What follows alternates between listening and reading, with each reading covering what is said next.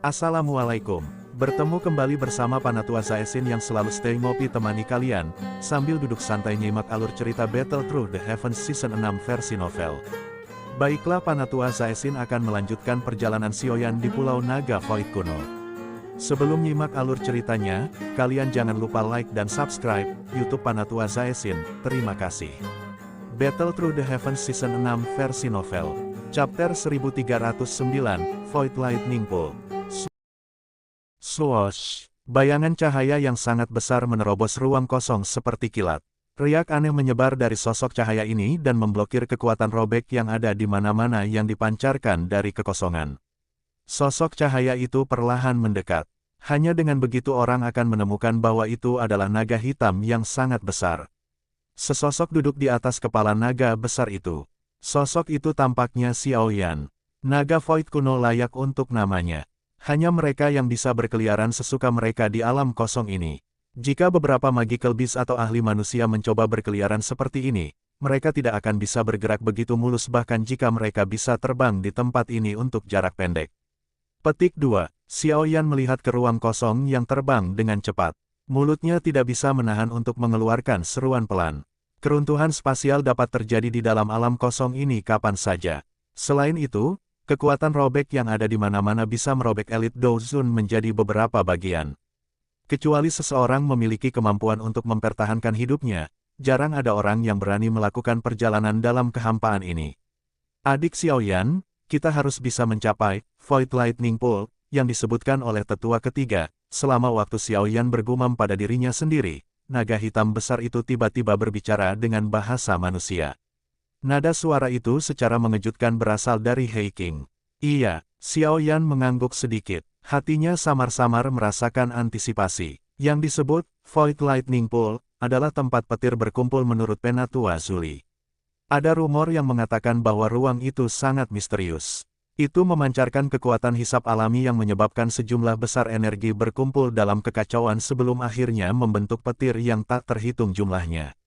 Biasanya tempat itu cukup berbahaya. Jika Xiaoyan tidak begitu ngotot, Penatua Zuli tidak akan menyebutkannya.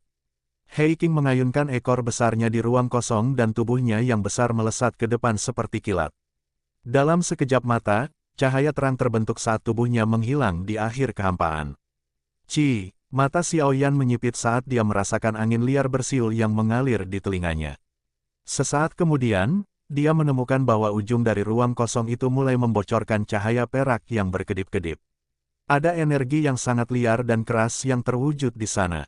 Apakah kita sudah sampai? Hati Xiaoyan bergerak saat dia merasakan energi yang agak akrab ini. Dia perlahan berdiri di atas kepala naga besar itu saat matanya menatap kilau perak. Kilau perak berkembang pesat. Guntur bergemuruh juga bergema di sebelah telinga Xiaoyan dengan cara yang mengguncang bumi. Mendesis. Xiaoyan melihat pemandangan di depannya sambil berdiri di atas kepala naga yang sangat besar. Matanya dipenuhi dengan keterkejutan. Sebuah danau berukuran hampir 10.000 kaki muncul di depan Xiaoyan. Namun, bagian dalam telaga itu tidak terdiri dari air biasa. Sebaliknya, itu diisi dengan petir perak cerah. Ini adalah kolam petir yang terbentuk dari petir. Guntur menggelegar keras meraung dari kolam petir saat Xiaoyan berdiri di depannya. Itu menyebabkan hati seseorang bergetar. Siapapun yang berdiri di tempat ini akan merasa sangat kecil. Betapa kuatnya kekuatan petir. Xiaoyan perlahan pulih dari keterkejutan ini lama kemudian saat dia bergumam pada dirinya sendiri. Kekuatan petir yang terkandung di dalam kolam petir ini jauh lebih kuat daripada semua pil lightning yang ditarik selama pil gathering.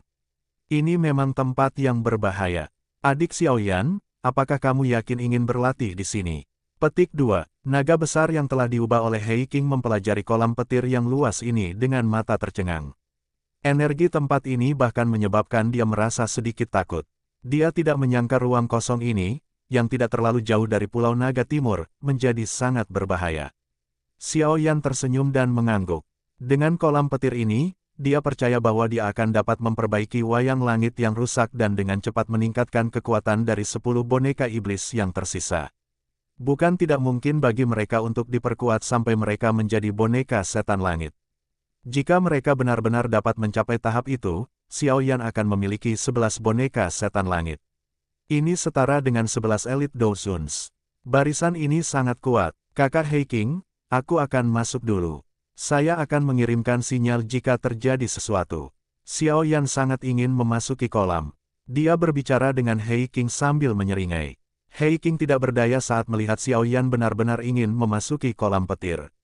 Dia hanya bisa menganggukkan kepalanya dan berkata, aku akan menjaga kolam petir selama periode waktu ini sampai kamu menyelesaikan latihanmu. Jika Anda menemui masalah tak terduga, Anda akan melepaskan sinyal yang telah kita sepakati sebelumnya, dan saya akan masuk dan menyelamatkan Anda. Haha, kalau begitu, aku akan merepotkan kakak laki-laki Hei King. Xiao Yan menyeringai. Dia mengerti bahwa ini adalah instruksi yang diberikan oleh Penatua Zhu Li pada Hei King. Dia berhenti mengatakan apa-apa lagi dan memberikan senyuman dan anggukan terakhir. Jari-jarinya menekan kepala naga besar itu, dan tubuhnya melesat ke depan dengan kecepatan seperti kilat. A Heavenly Flame dengan cepat melonjak dan melilit tubuhnya. Guyuran, saat Xiao Yan menyerbu ke kolam petir, banyak petir mulai menyerbu seperti ular.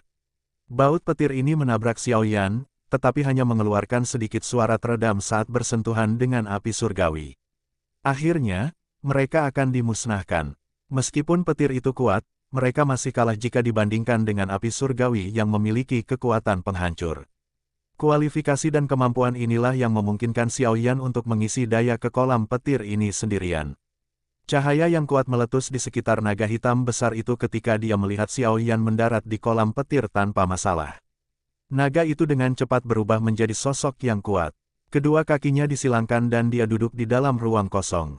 Matanya terfokus pada bagian dalam kolam petir. Bang bang bang, petir seperti ular perak terus meledak di lautan petir. Xiao Yan diam-diam berdiri dalam perlindungan api surgawi. Petir di sekitarnya mungkin menjadi takut akan kekuatan api surgawi karena tidak ada banyak petir yang menyerang Xiao Yan dengan liar sekarang. Melihat bahwa kolam petir tidak menimbulkan kerusuhan karena masuknya dia, Xiao Yan juga menghela nafas lega di dalam hatinya.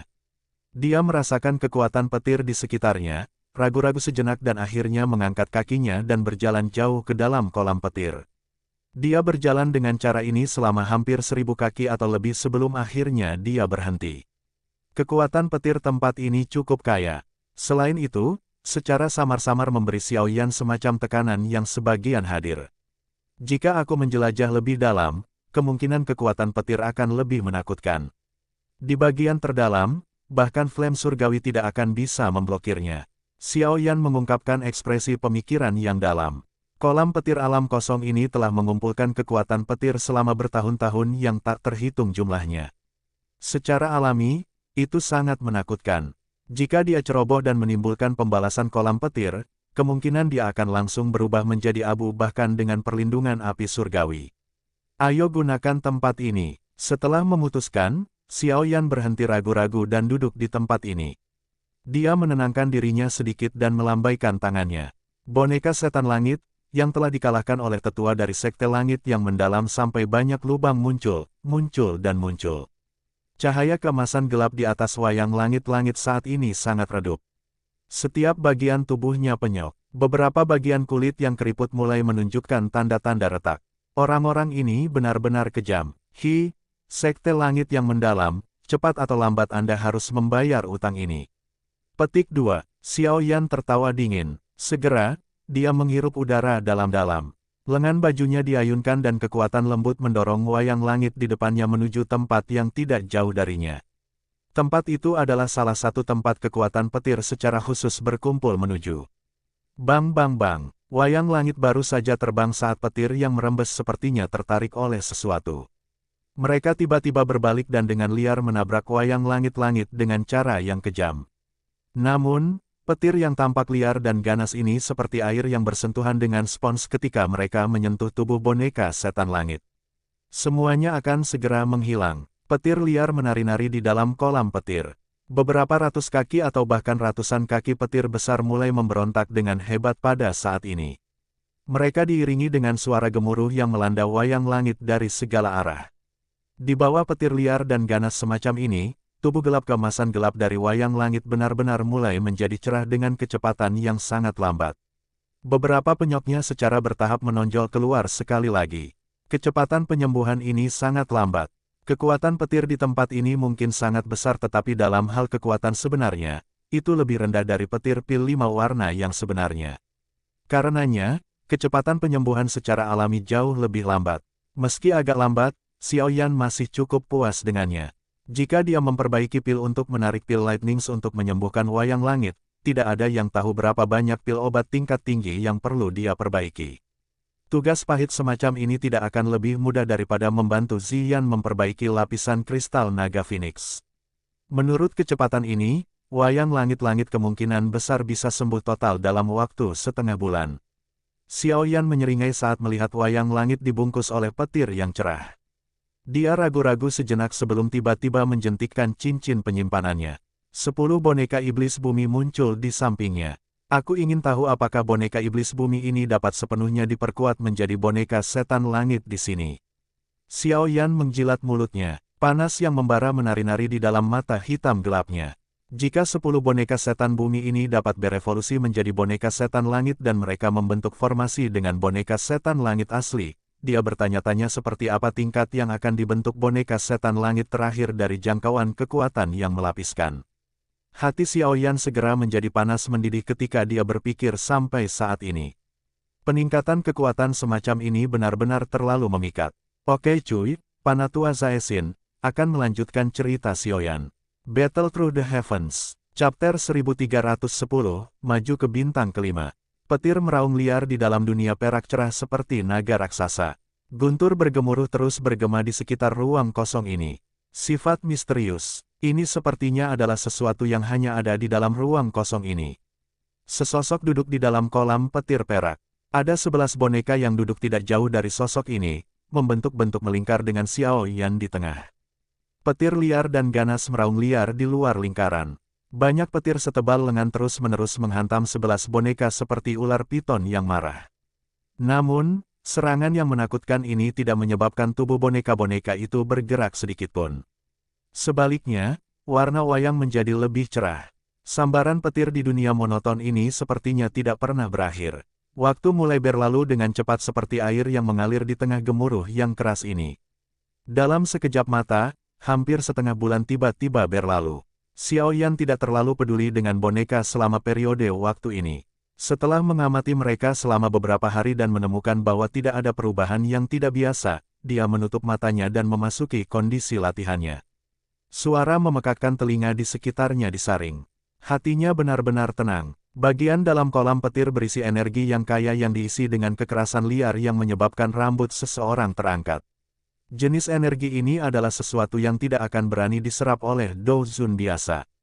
Namun, kekerasan liar seperti itu tidak bisa dianggap berbahaya dari sudut pandang Xiaoyan.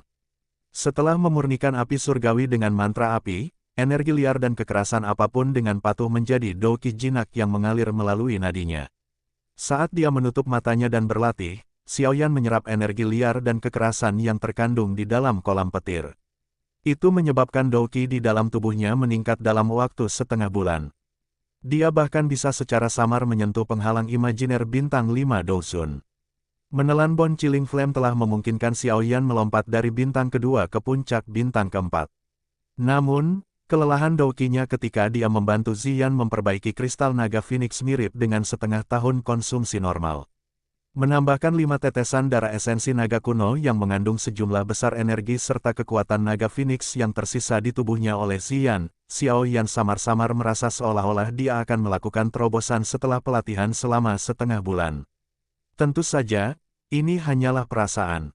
Terobosan sejati tidak mengikuti dari belakang karena perubahan tak terduga terjadi pada wayang langit saat Xiaoyan sedang berlatih. Karena itu, dia tidak punya pilihan selain menghentikan pelatihan untuk saat ini.